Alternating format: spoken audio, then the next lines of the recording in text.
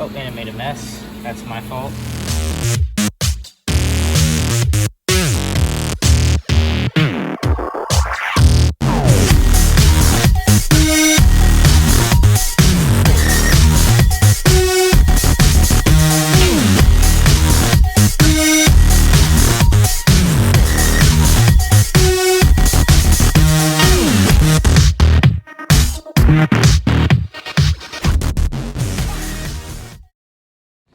Okay, so this is a Jetrion 4900, and we've got a defective printhead. It's got a nozzle that's no longer working, so this needs to come out and be replaced, and I'm going to show you how to do that today. So the first thing we're going to do is we're going to take this little mini microchip off of the actual print card, and there's these little tabs on the side. So I've just released that one, and then on the back side there's one as well. Just release that, and then it should just carefully pull right off. Now there's a number here. That's a serial number to the head, and this microchip actually has that number programmed into it. So the machine, when I put the new one in, it'll have a new number and it'll recognize it. So now that we've got our print card disconnected, the next thing we're going to do is we're going to separate these lines, because these are the two lines for this head, and we're going to separate them so we can see them in the back, and then we're going to separate them and actually disconnect them in the back of the press. Once we do that, then we'll come forward and we're actually going to drop the head down.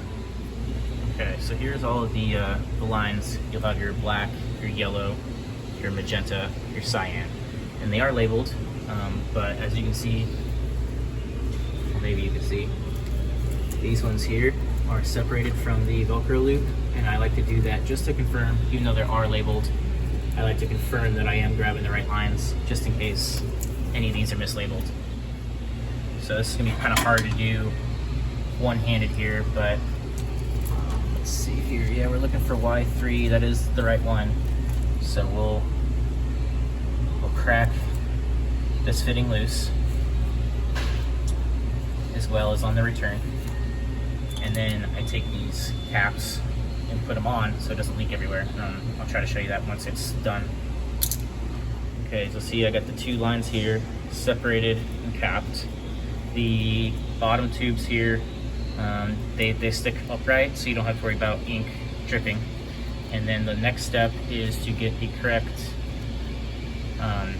thermocoupler connection here and separate this. This is Y3, this is the one we're looking for. So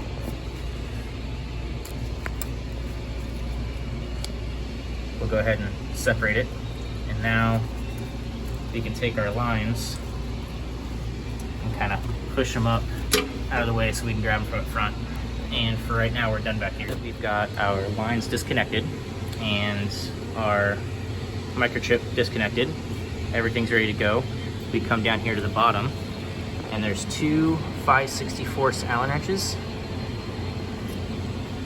See if I can get that in focus there. Yeah, so there's one on each side of the head. So we're gonna go ahead and loosen those, and then one on this side as well. And then the whole head will drop down below this platen, is what we call it. And we'll remove the head down out of the bottom.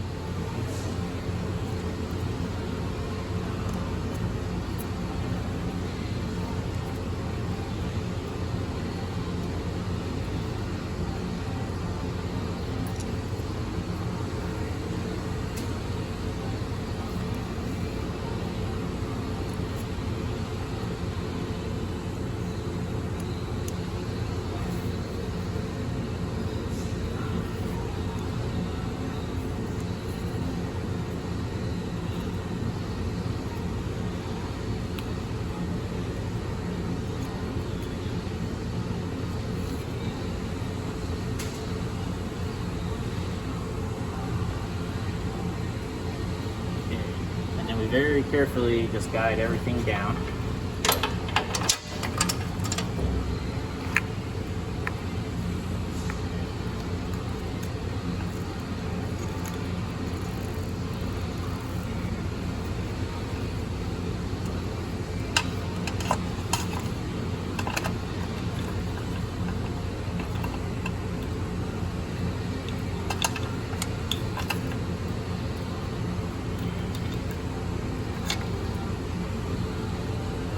new head. It actually comes wrapped up in this bubble wrap and inside this box.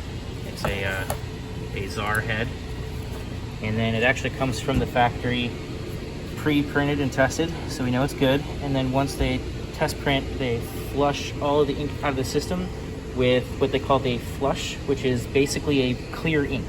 It's the same type of ink this is, and it removes all the pigment. It's still the same type of ink. Okay, so we have our head. It's important to have it clocked correctly, otherwise your lines are never going to reach, and you won't be able to get your little circuit board connected to your print card. But we're going to do it the exact same way we got it out, by feeding our tubes up first, very carefully.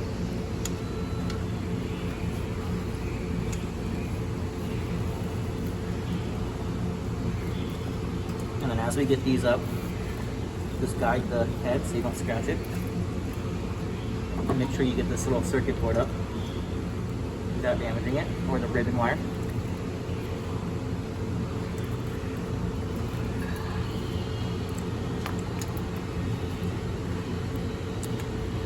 It does have a protective film on it, but you still don't want to be hard on it.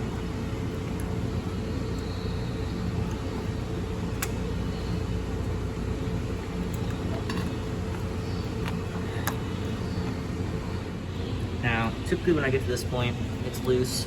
I'll just drape the lines over to kind of hold it, and then I'll go ahead and we'll put the screws back in to hold that in place, and then we'll just throw everything over, connect to the back. Now that we've got this connected, slide our hoses and thermocoupler back to the back of the machine. Carefully, of course, but get it back there so we can reach it. And then while we're at it, I'll go ahead and I'll rebundle this Velcro to keep all the colors together. Like so. You can see all the yellow lines now are all back bundled together. And of course here, it's the opposite of before. We're gonna take these little caps off one at a time and connect them to the correct line. Now, the way you know is two things. Your pressure line is going to have this yellow and green sleeve, and it's also going to have orange bolt paint, whereas the return is going to have teal bolt paint and no colored thing. It'll also say return and feed, but down here it won't. It'll just be blank, or it's going to have a colored sleeve. The colored sleeve is pressured, non-sleeved is return. Okay, so here's, it's connected, it's not tight yet. Now, it's important to know that these are nylon, so you can strip these out pretty easily. So yes, they need to be snug, but you don't need to crank these down. It's like, I don't know, it's really light. You just gotta snug them and then give it just a tiny bit of rotation. You don't need to crank these down. Okay, next we reconnect our thermocouple. You really can't get it backwards because they're two different size pins. And we're all connected. Carefully plug in your circuit board to your print card. And now we're ready to double check everything and then turn it on and start doing the software side of stuff. Also make sure that you carefully, just from the edge, pull off this protective film once it's installed and you're done using your Allen wrench in here so it won't get scratched. You want to have this off before you start printing.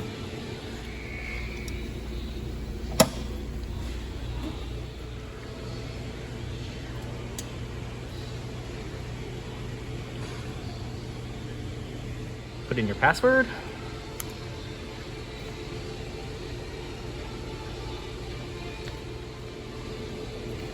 Turn on electronics. Lights up your PLC board. Notice we have one missing. It's because we haven't finished yet. We're going to go up here to our Wizard Launcher shortcut. New Printhead Installation. Run. And this is where it's going to recognize the new printhead and basically install it for us.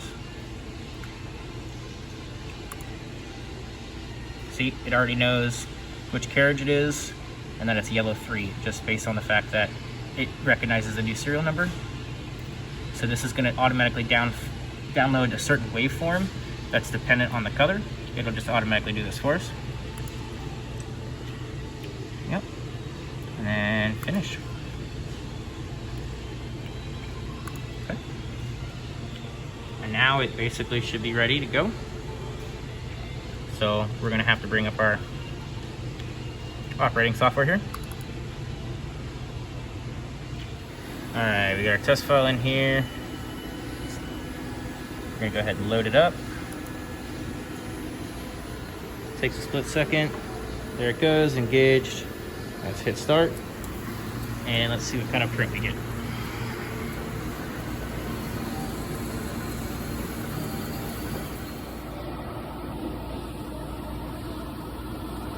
Alright, so it was printing light.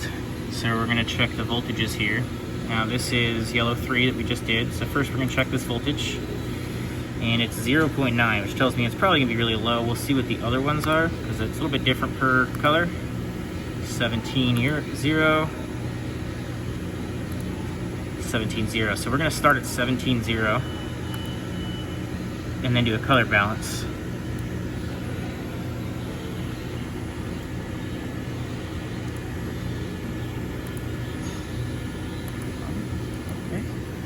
And then we're going to go back to our main run page here. We're going to load that again, and we're going to try printing it again.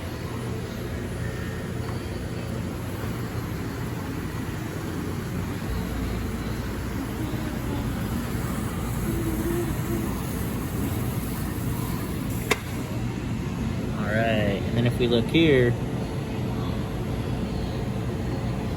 that's printing nice and thick.